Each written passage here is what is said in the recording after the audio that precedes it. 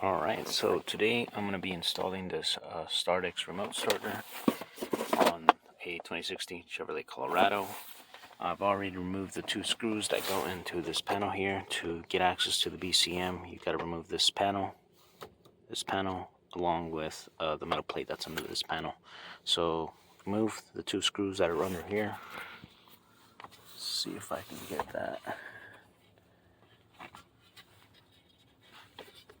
There's a screw there. They are 7mm, I believe. So I just pulled on this. By the way, if you're wondering, these are ditch lights. These are aftermarket fog lights. So just pull on this here.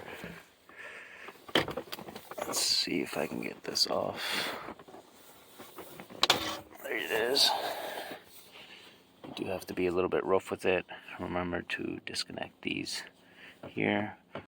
So there's a little clip there, and this clip here is right here, and you just pull it out. Once you got those unclipped, you can pull this a little bit out. You don't need to do anything with the e-brake. You can just leave it resting on top of one of the gas pedals. You won't be turning on the truck at all for this. You just need to get access to the BCM, which is right there. So next up is we're going to remove this metal panel. These are going to be 10mm. Counterclockwise will loosen them up. Clockwise will tighten them up. So same old lefty loosey, righty tighty. Alright, so those 4 screws are out. Excuse the messiness and the hairs. My girlfriend's got hair like Tangle. And then just wiggle that. That's a thing you gotta get past here, so just lift up and it'll come off. Okay, so once you got that metal plate off, it should be a lot easier to access the BCM and start installing your T-harness. If you take a good look at the BCM, you're going to see that these are all, the colors of the connections are already labeled on the BCM. So this was natural, this is your blue, and this is your green. And on this truck, it's going to be the top 3 that we're going to be using the T-harness on. It's not these 3, and you know it's not these 3 because if you look at the label, I'm not going to move that out of the way, but if you look at the label for that one might confuse this for white, but it's actually gray, and that label says so. So I'm just going to disconnect those and then reconnect it with the T-harness. Also, the clips to remove these are on the right side. So to remove like this connector, you would grab the right side and pull out, and they're out. Connecting these is pretty self-explanatory. The connections that were connected to the BCM before are now going to be connected to the T-harness, and then the male end will be connected to the female end of the BCM. When you connect these, you can really see the difference in color of that green. Sorry, that's my seat moving back and forth. I'm hitting the button. When you're connecting this, you want to make sure that these are connected tightly, but you also want to keep in mind where your wires are going, that they're not crisscrossing, that they're not going to get in each other's way, because eventually you will have to fit all this wiring into this section here. So just keep that in mind. I have not connected it to the BCM yet, but I am going to do so now. When you connect the T-harness to the BCM, you will hear it click. And these connections here, let's see if I can get in there without blocking your view. These connections here, they will be securely connected. So you want to make sure that they're all the way in and that you hear that click. Otherwise, that connection is not sitting on it properly, and you don't want to cause any issues, like, I don't know, maybe your vehicle not turning on. So my work truck does not have OnStar. It's the work truck trim, and I believe you can get OnStar on it if you pay for it. There's Morty. Hey, Morty. So because it doesn't have OnStar, you have to connect the cable on the T-harness that says no OnStar and connect it to the connection that isn't labeled on the T-harness. Don't worry about this. This is for an RF kit. I believe that's to extend the range of your remote start. But connect these together When I first got the T-harness, I was a little bit confused about what this was for until I had to Google a bunch of Googling to see how to install this remote starter. So from here on out, we're going to be following the instructions as they are printed in the instruction sheet.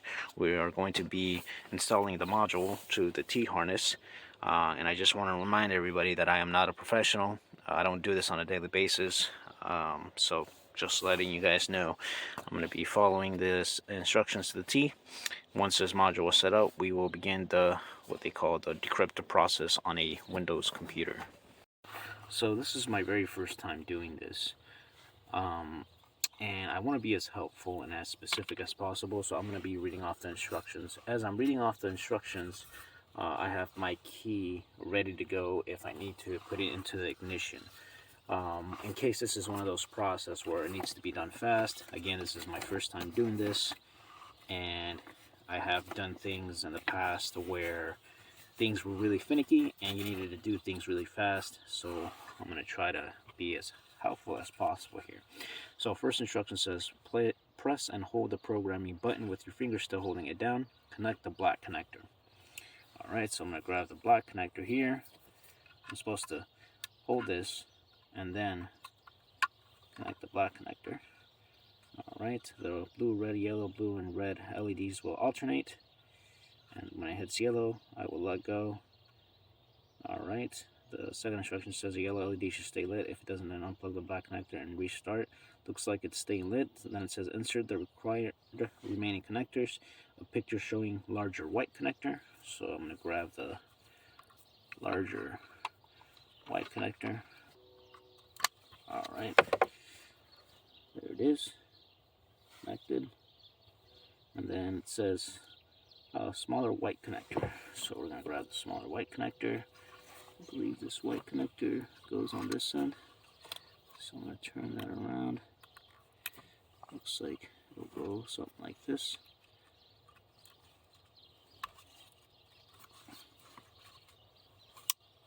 Alright, you heard that snap.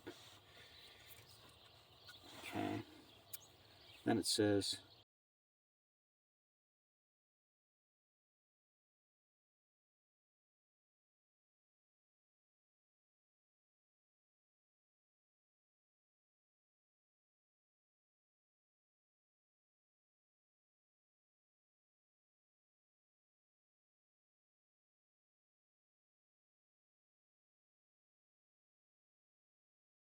unfortunately, I don't know what happened, but my phone stopped recording.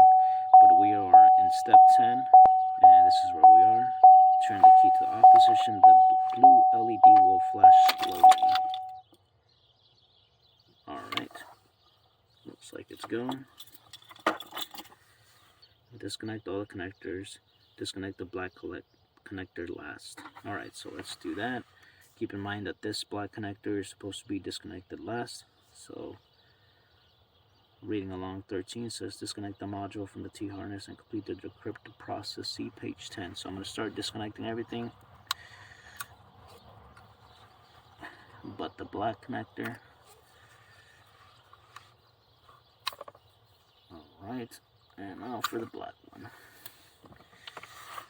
So I already have the software installed, and before anybody says anything, I know that there is software to record your desktop, but that's kind of overkill for this sort of video, and for editing purposes it's just much easier for me to record this using my phone. But if you need to install software, you go to this URL here, you download it and install it. If you can't install the software, or if you can't install a software or don't know how to install a software, you probably shouldn't be doing this. But anyways, you have this USB connection here, which is just a cheaply made USB connector, and you're going to be connecting that to it. So again, I'm going to read off the instructions here, and it looks like the very first thing we're going to do here is connect the flash link USB drive to the computer with the LED, and the device will light up. Okay, and then it says wait for the LED in the flash link USB device to change colors and then turn red. If it does not turn red, remove the device and plug it in and plug back in. I don't see an actual light here, but I'm guessing it's probably going to be somewhere in here maybe. We'll find out. Oh, there it is. It is white. Now it's green. Blue, red. Cool. Awesome. Looks like it's red. So it says connect the remote starter to the USB flash link device. All right. By the way, this cable here has two connections. The one without the clip to secure it goes to the remote starter, and the one with the clip, which is this little clip here, goes to the USB device. So I'm going to set my phone. Oops. So I am going to connect it now. Let's see if I can set my phone down so I can do this. You guys. All right. All right. Now it has turned green and red, which is, according to the instructions, what it's supposed to look like. Only the red light should be lit. If the lights are not, as indicated above, disconnect the remote starter and then reconnect. Now it says, instruction number 6 says, open FlashLink Manager.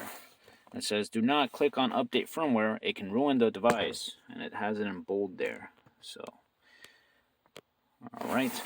By the way, I am connected to the internet. And you will need to be connected to the internet because for whatever reason, it has you create an account. Again, that I'll put a link to the video where you can find that information about the software here.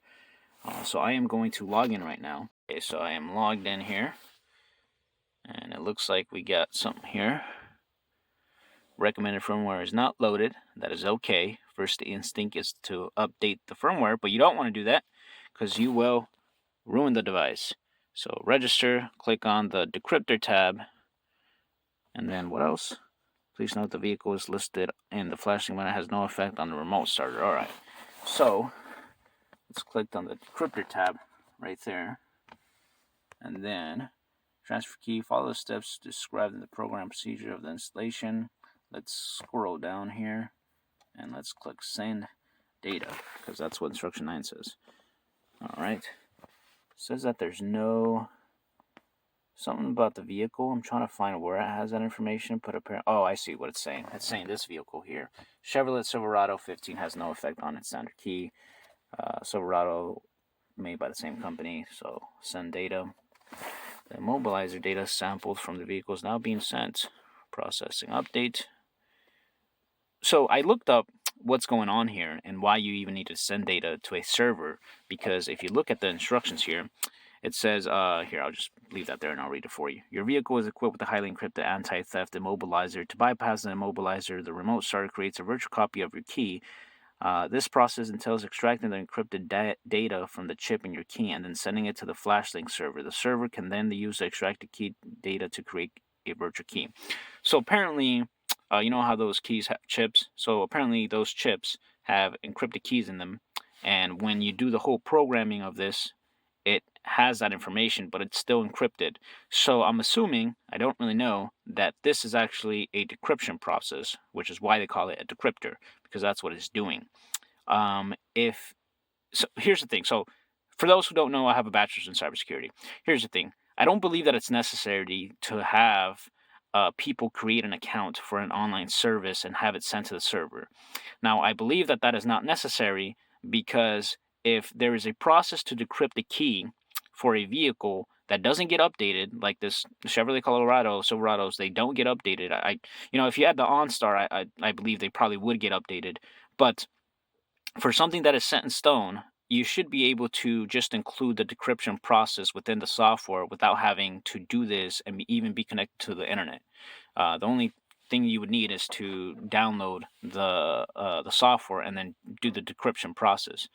I know that's a little bit, I think that's a little bit for somebody who's just looking to follow these steps, but for those who are a little bit more advanced as far as computers go, that's kind of like my pet peeve about this whole thing is, like if you, I know this is too much, but anyways, if this company cared about making this process a lot easier, it's already easy if you ask me, but if the company cared, they would just provide, they could just literally provide you with a decryption key or process in this USB itself. It might be a little bit bigger, but it'd just be a matter of auto starting a a software in it, or just asking for permission to start it. And then you wouldn't need to download anything. All you would need is a computer. You could do it on Mac, you could do it on Windows. That's just my 2 cents. This is taking a while. Okay, so after about 5 minutes, I got to this screen. The mobilizer bypass. Now it says, please disconnect, has finished processing the data.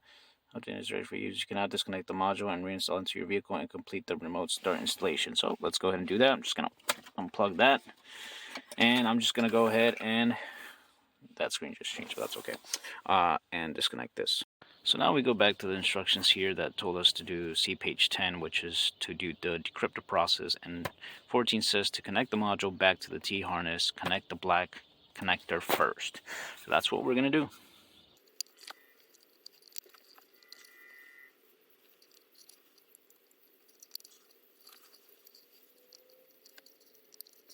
Make sure to secure all of the cables here. I don't know what this is for. I never ended up using that. So now that it's installed, I'm going to try and turn it on. It says just to press your lock 3 times. I'm not going to put anything back until I can confirm that this works. So let's see here.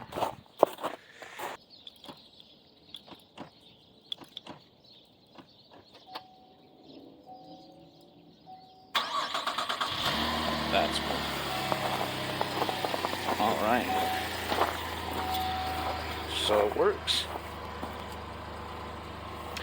So, my only remaining question for this is, does it honk when I do that? So my door's open right now. And I wonder, let's see here, let's see. It doesn't turn off. Cool. Service 4-wheel drive. So it's probably saying that because I turned it on without the connector. So it says to, oops. It says to, when you drive off, to just put this on the on position. So, alright. And not crank it. So you're not supposed to crank it. Okay, so it says pressing the brake will turn it off. So apparently the remote starter will start. Accessories turn on. Radar detector turns on. So if I press the brake, it should turn it off. So, pressing the brake. Letting go. Did I press the brake? Alright, there's the brake. Oh, I see. So pressing the brake disables it. That's what it does. So if, for example, like I did right now, if I go to turn it on, if I have the ignition key on the on position, and I press the brake, it's not going to turn off because it's on. But if I, for example, do this again, and this is something that I want to find out is, my settings here, I'll just show you right now. If I go to settings, I wonder if it'll show me. Oh, I can't because it's not on. Anyways, so I'll just show you right now, and I'll remote start this. 1, 2, 3. Okay, so see, I don't like that. I don't like that it's honking when I go to turn it on because, one, I don't want to wake my neighbors up. So you saw that I did that a little fast, and from what I've read online on forums is that it's better if you do this slow. So let's do that. 1, 2, 3. Awesome. All right, it's turning on. Cool. My keys are right here. Like, turns on and off. I wonder if that's because I'm sitting on it.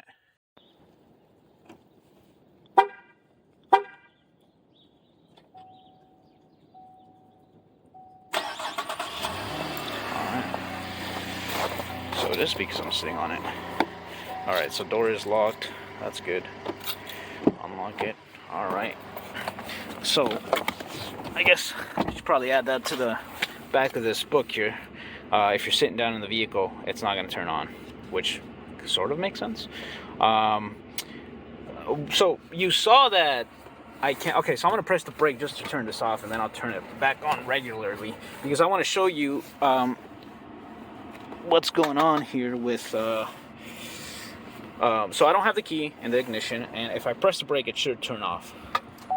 Awesome, cool, it turned off. Okay, so it's working like it should. What I wanted to show you is when I go to turn the vehicle on, I am now going to have to disable the horn in my vehicle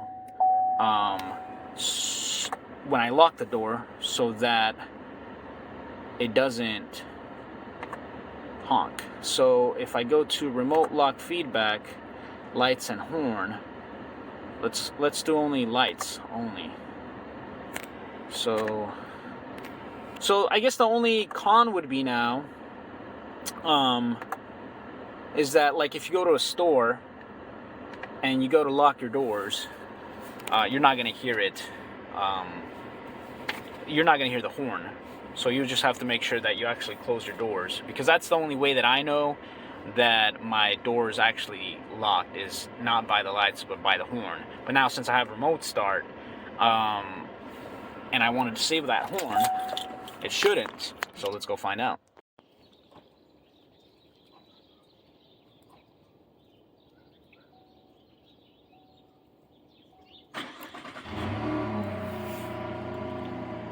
Awesome. So now that we know that it's working as it should, I want to do the theft scenario. So I got the keys on me, the doors are locked because that's what it does. I'm going to unlock it to simulate somebody trying to steal it, and I'm going to go and try to put this in drive without pressing the brake, because we know that pressing the brake does that. So I'm not going to press the brake, but I'm going to try to switch it out. Well, I can't switch this out without pressing the brake, so nobody's going anywhere with the truck. That's good. So thanks for watching. Comment, like, and subscribe, folks. I did forget one last thing, and that is obviously put everything back together, but the box comes with zip ties that you should probably use to make this a little bit more easier and not so damn cluttery in there. So all in all, this took me about 1 hour and 10 minutes to install, and that's only because I'm trying to make this tutorial. So if you're not doing a tutorial, it should take you about 30-40 minutes max to do this. So yes, it's plug and play, it works fine. I'm not having any issues just yet, but if I do, I will update y'all.